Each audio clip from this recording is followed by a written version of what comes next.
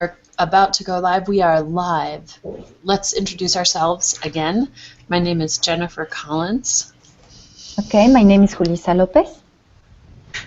I am Salazar. Great, wonderful. Okay, so guys, the last time we were talking about the second handout that we got, which was the Intro to Language task. We were talking about number 6, I think, which was arbitrariness. Jesus, you wanted to say something about arbitrariness. Yeah, that I got confused with that term, and with the answer, of course, arbitrariness. But after reflecting a little bit on the answer, I found out what was my mistake. So I think that we only have to uh, read a little bit more carefully about the questions that sometimes are kind of tricky. Yeah, I found that particular term kind of confusing as well. To be honest, there were a number of these the design features of language that I was a little bit hazy about, and I'm hoping that we talk about them more later on in the course because, but yeah, I found them really interesting though. I don't know about you guys. Yeah, it's interesting. Everything about theory behind the practice. But Yeah. when you actually put it into practice, and you find out that your theory to about how it works. Okay, we're still having a hard time hearing you.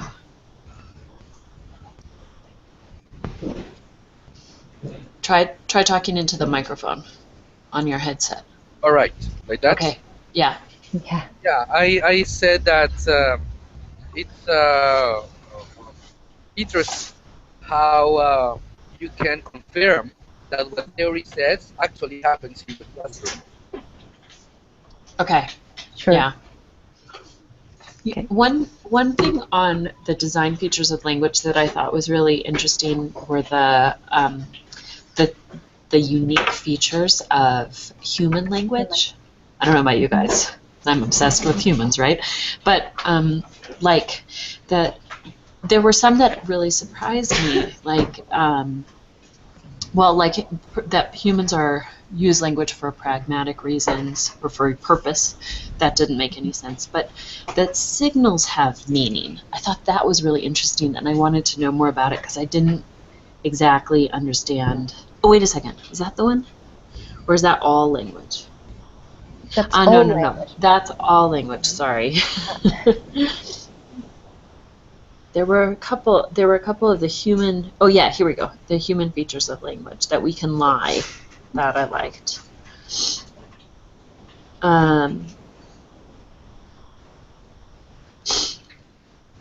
This one, duality of patterning. Meaningless units are combined to form arbitrary signs that in turn can be combined on a higher level to form new, meaningful, larger units. What do you think that is? Syllables? Can you read it again? In the very bottom of that one of the answer sheet on that page, where it talks about the design features of language, it says duality of patterning. Meaningless units are combined to form arbitrary signs that in turn can be combined on a higher level to form new, meaningful, larger units.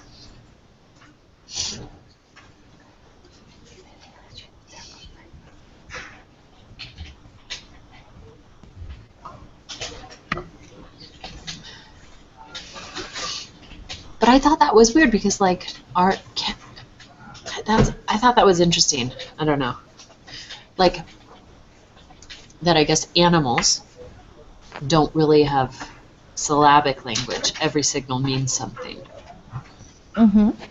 Whereas with humans, syllables can mean nothing, but then when they're put into a word, they mean something. Maybe, but I don't know. I think that all the different features for communication are into the communication process. Um, Even though, I mean, syllabi independently, they can have a meaning, and that meaning is reinforced if you accompany it with a gesture or something that makes more understandable.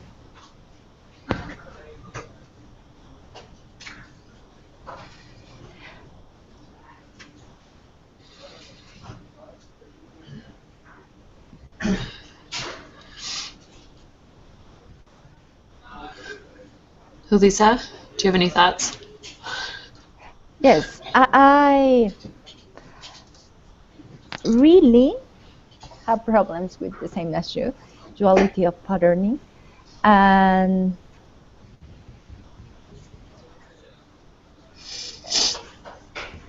I suppose that is here it's that it's just like human language, but I can understand it well. It's when you do some gestures and change the meaning of the gestures according with the context and what you are talking about. Okay, so maybe, so maybe it could be, so maybe like, if I just kind of like do this, it may mean nothing, but it also may mean that I'm trying to get your attention, especially if it's combined with me saying like, ah! Yeah. Okay. Like that? That Yeah. could be. That. Okay. Okay. All right. That's And a good maybe idea. if you are greeting someone, you can do the same movement, but now with another meaning. No? Right. Like, Right. hello. It may mean like, I just won the lottery. Okay. Okay. That's a good idea. I'm talking about communication between animals and humans. I think that we also need to take into account that even though we tend to think that that animals have very primitive ways of communication, actually, way in which animals communicate are very, very complex. Some Uh-huh. systems in animals have been compared to humans, and it is said that those patterns might have some kind of grammar. Of course, these ideas need to be more studied more in depth, but it is thought that some animals can have even a grammar. Really? Yeah. Yeah. So then, would any of these then not be unique to humans? Any of these human language features? Do you think? Do you disagree that some of them are unique to humans?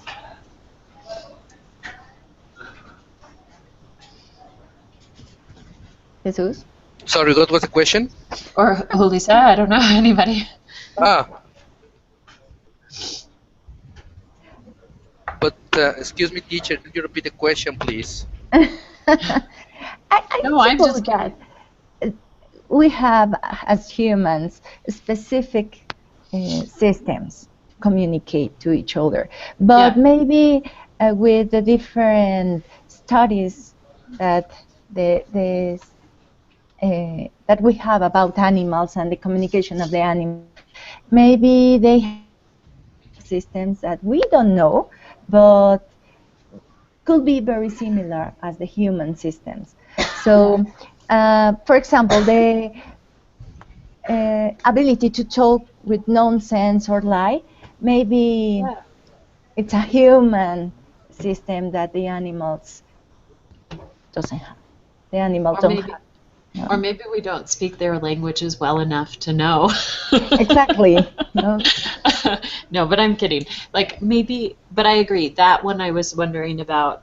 There's another one, the ability to monitor what is being transmitted. So feedback, which I wondered if animals have that. Uh-oh. No. Okay, we're almost done. And then the feedback, I wondered if maybe that was for sure why that was unique to humans. And then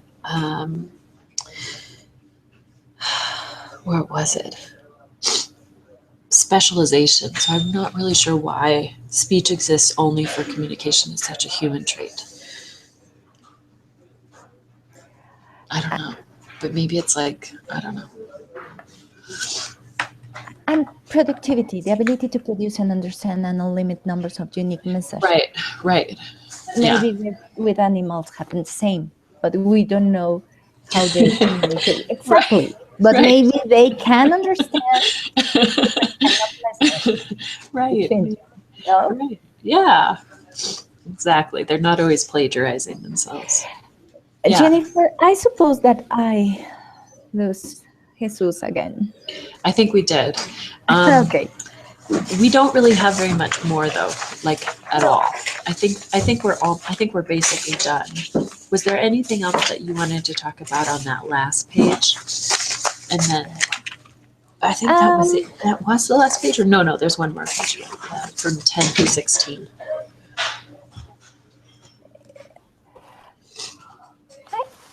It's very interesting, the different kind of systems that we can find. Right. Maybe we practice that systems, but we'd never think about it. No, we are not talking and thinking, oh, in this moment I'm giving feedback, and in this moment I'm producing, or something like that. Yeah, but I thought that too. When you read about it, you are noticing, oh yes, I do this in this moment, or I never noticed that. So as Jesus said, when you are reading and then practice and then you talk with your students, you can identify each system. Yeah, So, I thought that was interesting as well. And that you don't have mastery of language unless you're using all of them at the same time. Which I was like, I wonder if I master my native language. Am I always saying things correctly in context? I don't know. Yeah, I thought that was really interesting. Okay, and finally, is there anything that you wanted to talk about with prescriptive or descriptive language? Oh, he might be back. Yeah, he's back. We're talking about prescriptive or descriptive rules for language. So grammar rules compared to the way we actually speak. Well, mostly, we have rules, and we have. Jesus, can you use the microphone near your? Yeah. Well, there are rules. Mostly, we have to follow those rules in order to have communication and to have a good understanding of what we say. Nevertheless, in real life, these grammar rules are not followed all the time, and this leads to the development of the language every day. Yeah, language changes every day because we make it change. If we stick to the rules, to the grammar rules, to speak all the time, we also tend to sound like artificial. When we do not follow these rules, we tend to sound more natural. So, yeah, the prescriptive grammar says that you have to follow the rules. Nevertheless, we need to understand that language is a a living thing that changes, that evolves every day. And sometimes what today is not a rule, tomorrow might become a rule. Yeah, I think that's true. And no, go ahead. Yes, Jesus. No, the thing is that I was going to mention something about the previous topic, about the animals. It has been found that some animals can actually learn to communicate like with a human-like voice. There have been found some whales and some parrots, some dolphins that can have some kind of communication with humans, with the sounds that sound like human voices. Wow. Okay, perfect. Cool. Yeah, I will let you know the source, that information later. Yeah, cool. Sí, mira, sabes, I posted on the discussion board about animals speaking. You should put it on there. Well, Lisa, what were you going to say? According with Jesus about when you're talking and you pay attention on the grammar, maybe it's different when you are a native speaker or not, or when you use the grammar when it's your own language or you are using a second language, because maybe when you are talking in your native language, you don't pay attention in that. But when you are talking in other language, you are looking if you have mistakes or not in the grammar. Now, if you have grammar errors, it's different. So Yeah. the kind of methodology that we use when you study in your own language and when you study a second language is very different. Yeah. According with the grammar. Yeah. And I would add one more thing as well. We tend to talk a certain way to people when we're working, so professional people or people in a professional setting, but we also have a different way of speaking when we're at home with our friends in our native language, you know, and that would probably be more, you know, better qualified as like descriptive language. But like knowing the difference is this like funny thing that happens, I think, when you're a native speaker of a language. But I also think that you can kind of learn how to do that in a second language as well. I think so. Now Jennifer mentioned to all the registers that we need to use when we communicate with different people. Right. Right? Yeah. Yeah, using like different registers. Yeah. But I wonder if like when you guys are speaking English in a more relaxed setting, if, like this is like not the most relaxed setting right now, but if you guys are speaking English in a more relaxed setting, if you speak a little differently. Or worry less about your grammar. I don't know. I don't relax or very relaxed when I'm speaking English, and I'm thinking about if I have mistakes or not. So for me, it's not. Okay. Okay. Yeah. Because I feel like there are certain, when I'm speaking Spanish, there are certain times that I feel I worry less about my grammar, and there are certain times where I'm like, you know, if I have to speak at work, you know, at work with somebody in Spanish, I'm really thinking about like el programa, you know, like does it agree? Yourself, right? What? You are monitoring yourself all the time. Super. Yeah. Love that. Yeah. No, I know. Okay. All right. Are you guys? Do you guys feel like you have anything else you want to talk about before we hang up? No, maybe we're going to continue working with different systems, and maybe we need to practice a little more about the theory. So for me, it's okay. Yeah. Mm-hmm. I have to say something. I had a little hard time because just yesterday in the afternoon, I finally could have access to the module 1 and 2 of the TFL. Yeah, so I'm in a hurry, but I'm finally in. Okay. Good. Congratulations. That's good. Yeah, the thing is that I was not added, or well, the course was not added to my account. Yeah. Yeah. So until yesterday, we worked on that, and finally, it appeared out of Good. nowhere. So now you are. Okay. Congratulations. Good. Well, I look forward to talking to you guys again. Okay. All right. Have a nice afternoon. Bye-bye. Have a nice day. See you. Thank you. Yeah.